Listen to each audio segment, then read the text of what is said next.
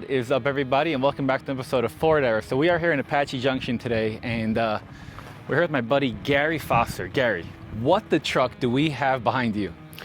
We got a 79 F-350, modified a little bit. Just a little.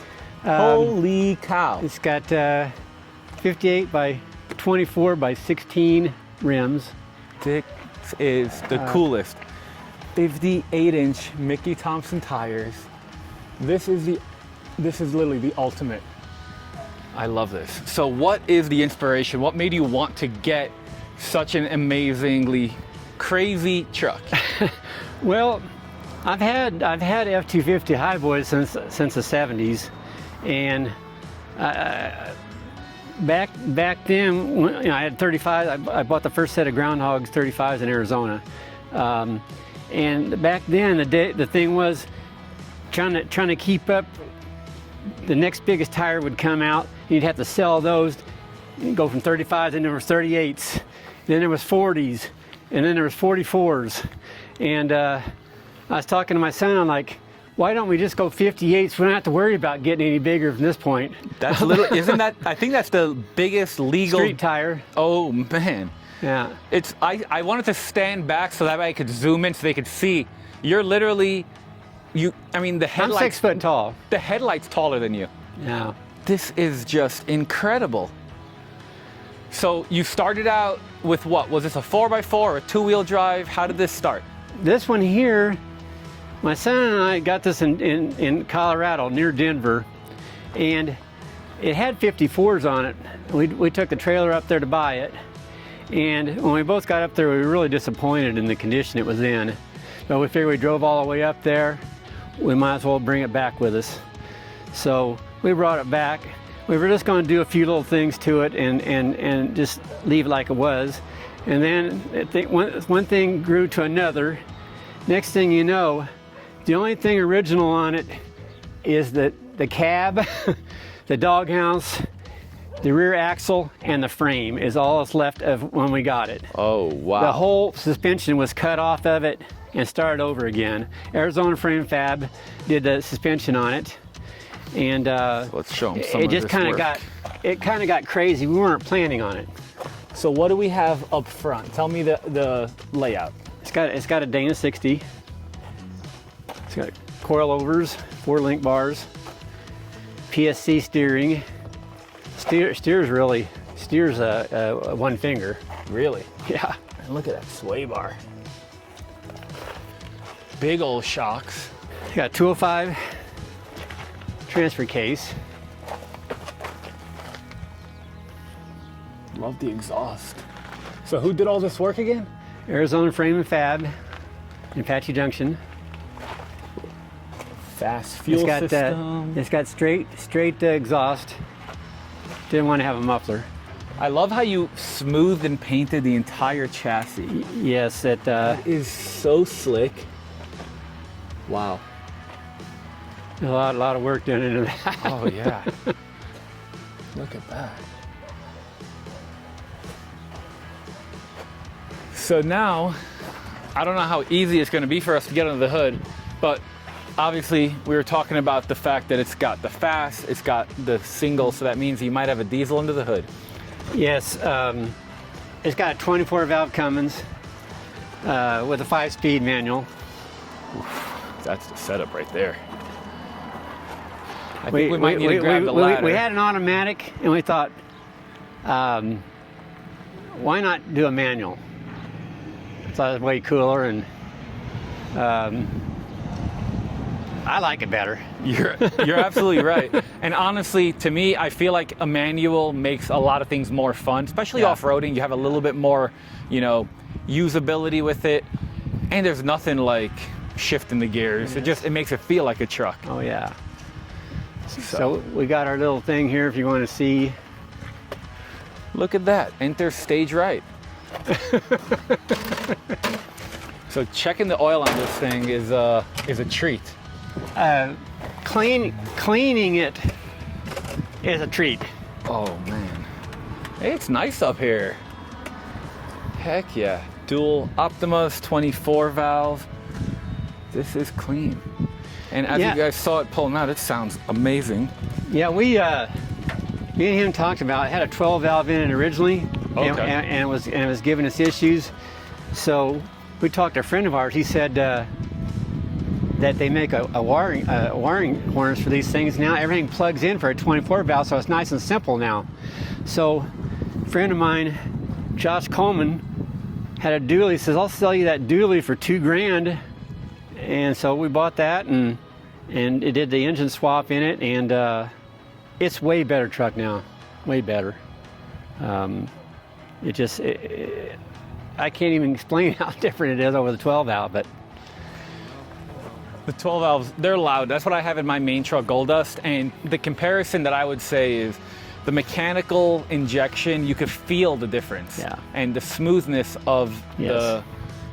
it's incomparable. yes, it is. But what I'm most curious about, one, we haven't looked at the interior yet. Is that all right? oh, go ahead.